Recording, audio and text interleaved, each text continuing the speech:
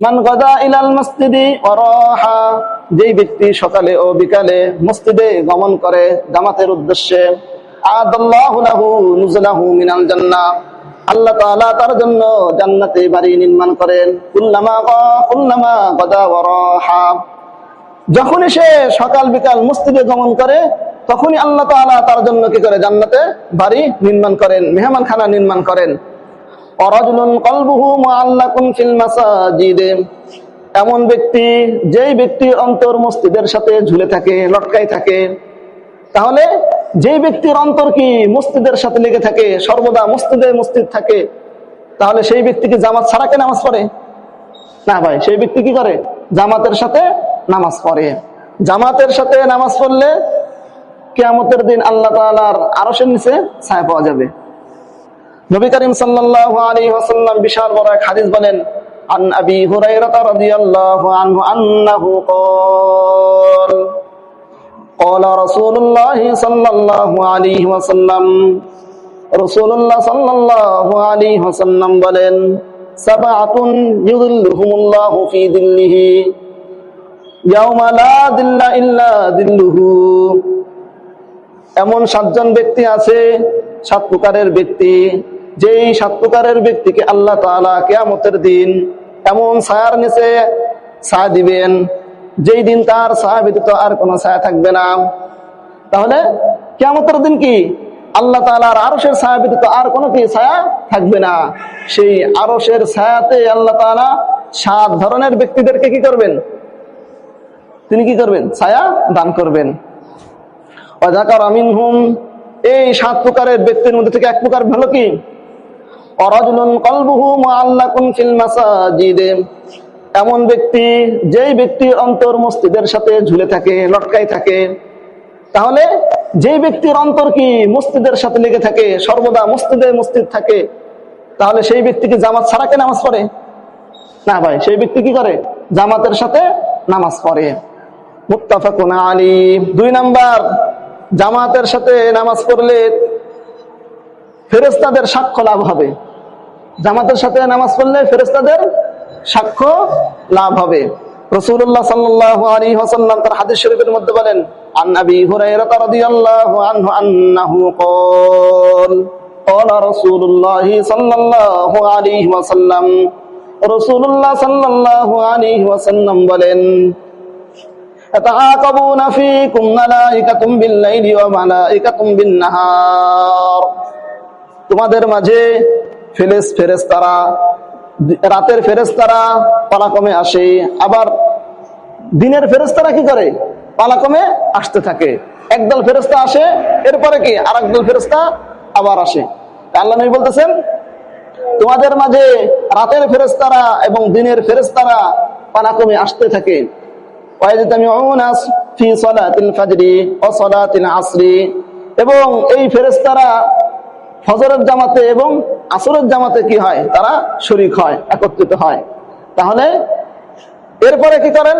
সুম্মা ইয়ারুদুল্লাযীনা বাতু ফীকুম, এরপরে যেই সমস্ত ফেরেশতারা দিনের বেলা কি করছে, রাত্রেবেলা যারা ডিউটি করছে, এরা চলে যায়, এরা উপরে চলে যায়, আরশে চলে যায়, আল্লাহ তাআলার কাছে চলে যায়। ফায়াসআলুহুম ওয়া হুয়া আ'লামু বিহিম, এরপরে আল্লাহ তাআলা সেই সমস্ত ফেরেশতাদেরকে বলে, সেই সমস্ত ফেরেশতাদের কাছে জিজ্ঞাসা করে, ওয়া হুয়া আ'লামু বিহিম, অথচ আল্লাহ তাআলা সবার এই মানুষদের অবস্থা সম্পর্কে ভালোভাবেই কি তিনি জানেন। এরপরে আল্লাহ তাআলা তাদেরকে বলেন, কাইফা তারাকতুম ইবাদি, হে ফেরেশতারা, তোমরা আমার বান্দাদেরকে কোন অবস্থায় রেখে এসেছো, তাদেরকে তোমরা কোন অবস্থায় পেয়েছো? এরপরে ফেরেশতারা উত্তর দেয়, ফাকুলুন, তারা বলে, তারাকনাহুম ওয়া হুম ইউসাল্লুন, আমরা যখন তাদেরকে ছেড়ে এসেছি তখনও তারা নামাজ অবস্থায় ছিল। ওয়াতাইনাহুম ওয়া হুম ইউসাল্লুন, আর আমরা যখন তাদের কাছে এসেছিলাম তখনও তারা কি নামাজ অবস্থায় ছিল। তাহলে বুখারী মুসলিম শরীফের হাদিস, এই ফেরেশতারা কি করে? যারা জামাতের সাথে নামাজ পড়ে ফেরেশতারা তাদের কি করেন? আল্লাহ তাআলার কাছে সাক্ষী দেয়, হে আল্লাহ, আপনার বান্দারা কি করছে? আমরা যখন এই দুনিয়াতে গেছিলাম ডিউটি করতে, তখনও তাদেরকে নামাজ অবস্থায় পাইছি, আবার জামাতের সাথে নামাজ পড়া অবস্থায় পাইছি, আবার যখন নাকি আমরা কি করছি, দুনিয়া থেকে চলে আসছি, তখনও তাদেরকে কি করছি? জামাতের সাথে নামাজ পড়া অবস্থায় পাইছি। তো এই জন্য জামাতের সাথে যদি যে ব্যক্তি নামাজ পড়ে, আল্লাহ তাআলার কাছে কি তাদের কি সাক্ষ্য, ফেরেশতারা আল্লাহ তাআলার কাছে তাদের সাক্ষ্য দেয়, এরা কি করছে, জামাতের সাথে নামাজ পড়ছে। এই জন্য আমরা সবাই কি করবো ভাই, জামাতের সাথে নামাজ পড়ার চেষ্টা করব ইনশাল্লাহ। এই গেল জামাতে নামাজ পড়ার 2 নম্বর ফজিলত। জামাতের সাথে নামাজ পড়ার 3 নম্বর ফজিলত, জামাতের উদ্দেশ্যে সকালে এবং বিকালে মসজিদে গমন যাতায়াতকারীর জন্য জান্নাতে বাড়ি নির্মাণ করা হয়।